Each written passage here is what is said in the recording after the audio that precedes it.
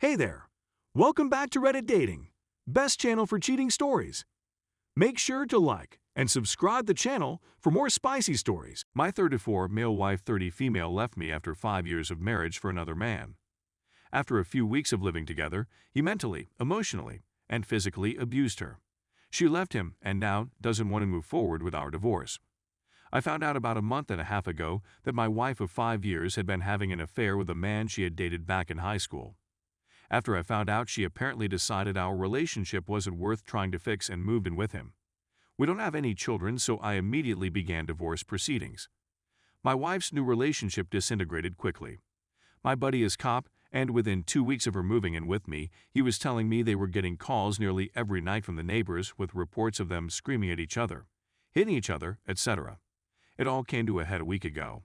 They got into a huge argument, and he ended up beating her so badly she had to go to the hospital. He was arrested, she got a restraining order, and the relationship is over. My wife came back to live at the house. She asked me to stay there as well, because she didn't feel safe. I agreed, though I am now staying in the spare bedroom. She seems to now think that because I am helping her recover, and we're both staying in the house, this is a chance for us to rekindle our relationship. She doesn't want to move forward with the divorce. I have no desire to rekindle our relationship. I want to help her recover, and I want her to be safe, but the betrayal I feel is something I don't think I can ever forgive. My family thinks I'm being heartless. The first time she dated this man, he was also abusive. He's much older than her.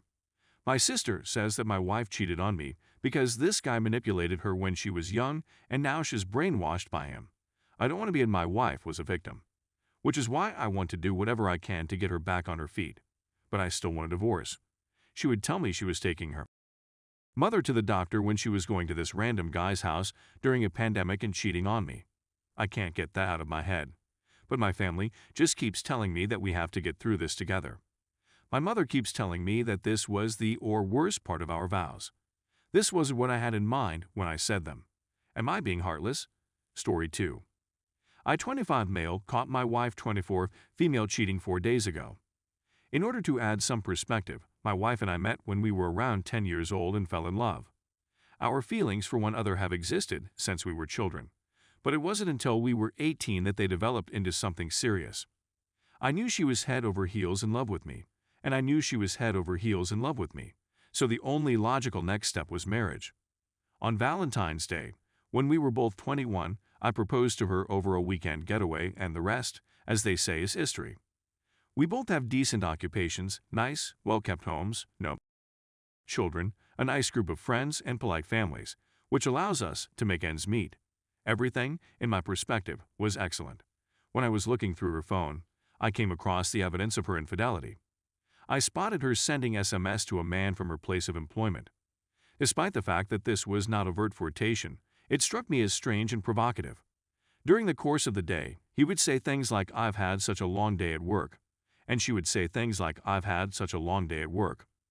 I'll confess that I have a short fuse, and I was not about to let this happen to anyone. Then I told her that she couldn't contact him in any way, that she couldn't keep him from seeing me, and that she wouldn't have me if she attempted to do so. She completed all of the tasks I assigned of her. This brings me to the evening of Sunday. My cousin and I own and operate a small business together. We created it when we were 20. My workload becomes too much for me to cope with. I usually order in and get the work done, and if it's too late, I'll go to bed to sleep it off the next morning. My wife received a text message from me around lunchtime that said, in part, "Me and cousin are likely going to be kept here all night. I'll order in so you can dine without me and don't have to wait up." You have my heartfelt admiration. I received an email from her minutes later in which she expressed regret that she would be unable to visit me that evening, but she wished me luck with my work and expressed her love for me as well. Everything appeared to be in order. Think about what you did late that night. I came to the conclusion that work had taken up too much of my weekend and that I needed to see my wife, who I imagined was equally interested in seeing me. So, around 7 p.m., I started walking back to my apartment. My wife and the stranger were upstairs when I arrived home, and I couldn't make out what they were saying. I went up and saw them both. I admit that I didn't do the best job I could have done with the situation. I started by slapping him in the face while he tried to say, "Look, dude, I'm sorry." I tossed him out and told him he'd have to go home without his shoes because I didn't trust him. My wife was hysterical from the moment I walked in the door, and I was on the verge of becoming violent with her, but I refrained. Even though she shouted and sobbed during the ordeal, swearing that it was all a mistake, my fears from the text conversations had been confirmed. I reminded her on a regular basis that she needed to conserve her energy and that I didn't want to hear any of her nonsensical explanations. I contemplated returning to the workplace, but I decided against it, asking her to gather her belongings and go wherever she could. I wanted her out of my sight. I was right. Since then, she has remained in the company of her best friend. Since then, her friends and relatives have bombarded me with phone calls, but I've chosen to ignore them. I did, however, notify her father of the events that had transpired. He was enraged and decided to side with me. My wrath has given way to sadness at the realization that our almost lifelong journey has been thrown away for some unscrupulous individual from her employer since the very first day of her employment. I've managed to keep myself occupied, but I'd be lying if I said I hadn't spent every spare time sulking, crying, and moaning about what had transpired. I'll be contacting divorce attorneys first thing in the morning tomorrow to begin the divorce procedure. Update. Okay, so a lot has happened since my last post. Please accept my apologies in advance for the length of this one. Aside from that, I'd like to convey my appreciation for everyone's remarks on the first post. Since the first post, I've accomplished quite a few things. It was discovered that I had an STD, and everything was good. For the time being, I have transferred ownership of my business to my business partner, a relative. I have terminated her phone contract, which I had paid for. I have taken down all of her images. I have packed all of her clothes, and I have had an encounter with someone. So please allow me to begin. It was a relief when my STD test came back negative, but it wasn't enough to make me feel better. I'm not going to sugarcoat it. The situation continued to annoy me despite the positive results. I couldn't forget about it since she and her buddies were constantly ringing my phone and causing it to go off. I ultimately made my way to her home to meet with her folks. The attempt by her mother to reintegrate me into the family failed because her father recognized that I was set in my ways and was dissatisfied with his daughter.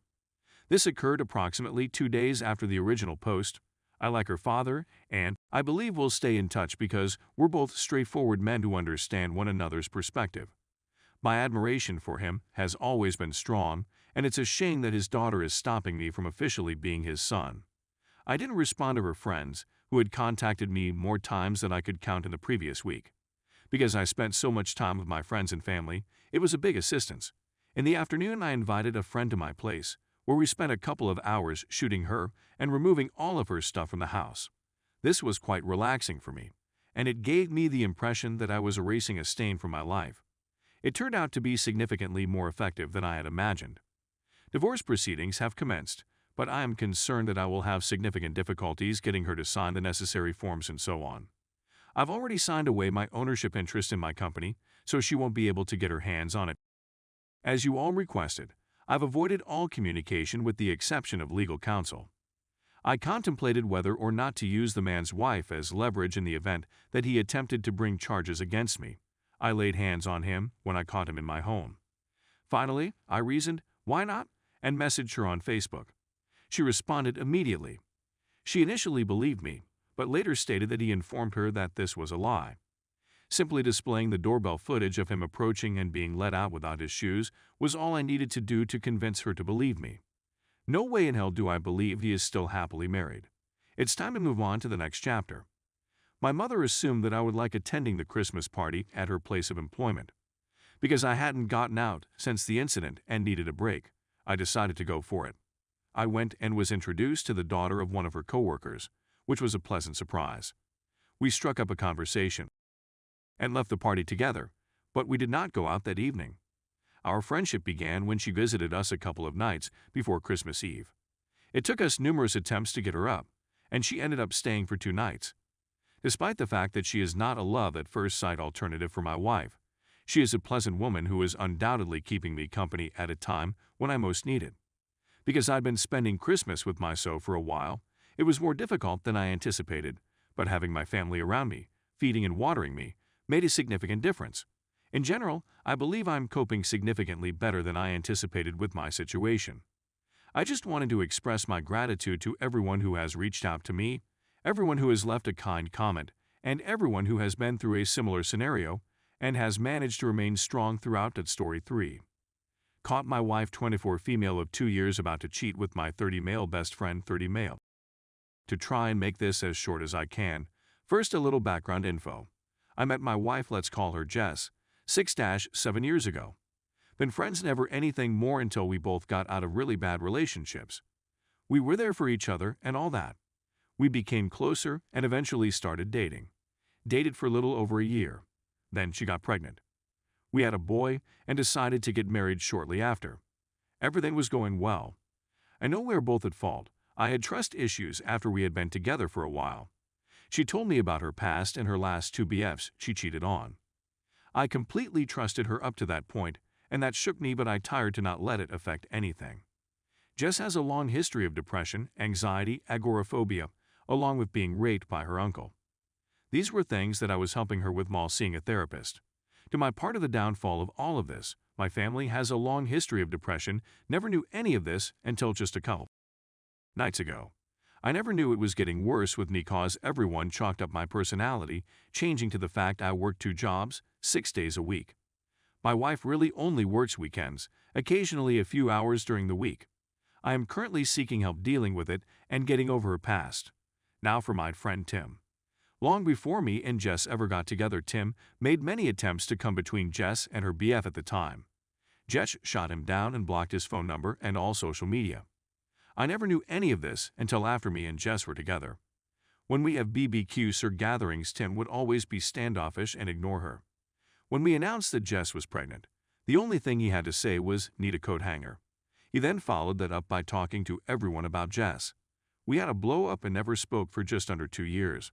Come last Xmas, he wrote us both apology notes, and we sat down and talked, sorted everything out. Now Tim has been known to get in between relationships. Happened at least twice now. I told Jess that I've known Tim since I was 6, he's not over you. As time goes over the next 3-4 months, my workload increases a lot. This took time away from me and my wife, which Tim took up that opportunity to talk more to Jess.